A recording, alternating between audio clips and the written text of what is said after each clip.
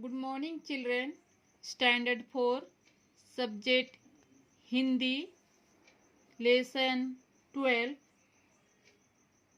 अवसर। अवसर का अर्थ है मौका। इस कविता में कवि सभी बच्चों को समय का महत्व को बतलाता है और हर कार्य समय पर करने के लिए प्रेरित करता है। तो आइए बच्चों, अब हम लोग कविता को पढ़ेंगे और उसका अर्थ समझेंगे। अवसर। जो अवसर को खो देते हैं, जीवन भर वे ही रोते हैं। समय सभी के घर जाता है, दरवाजे पर देता दस्तक। पर जो बैठे रहते घर में, दोनों हाथों थामे मस्तक।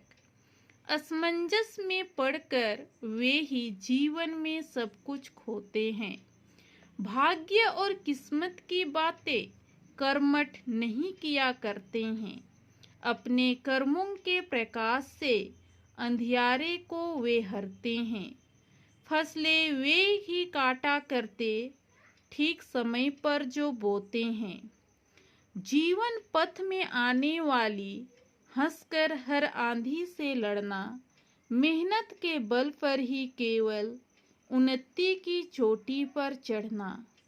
कुल के सभी कलंक भगीरथ बनकर बच्चे ही धोते हैं। मधुसूदन साहा। तो बच्चों, अब हम लोग देखेंगे पैराग्राफ कर करके उसका अर्थ भी समझेंगे। पहले मैं आप लोगों को फर्स्ट पैराग्राफ तक मैं इसका अर्थ बतलाऊंगी। जो अवसर को खो देते हैं, जीवन भर वे ही रोते हैं। समय सभी के घर जाता है, दरवाजे पर देता दस्तक।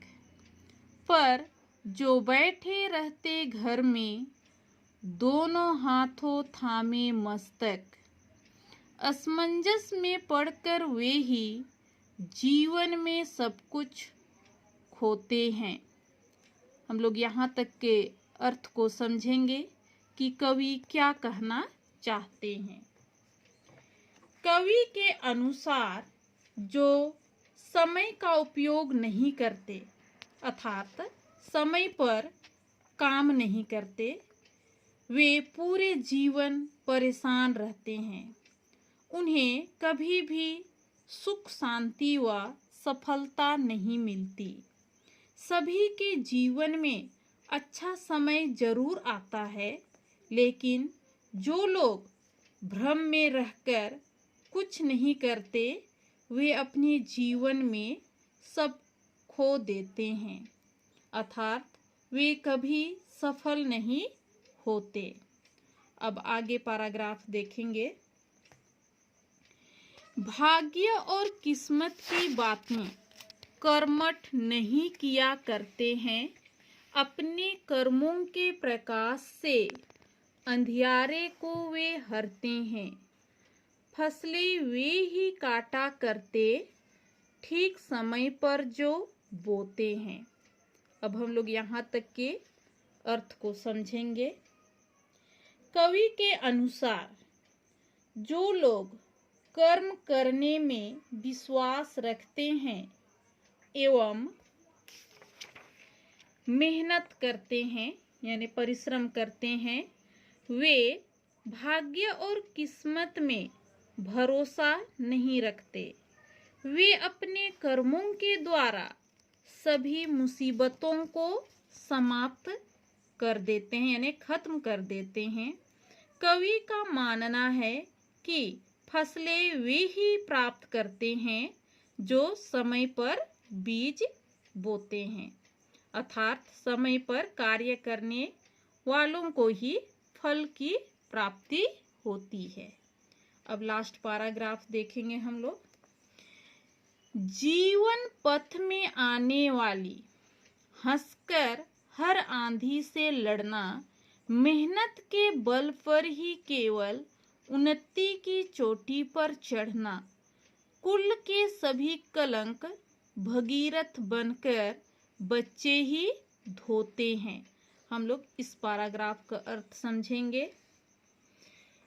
कवि का मानना है, यानी कवि का कहना है कि बच्चे देश का भविष्य हैं।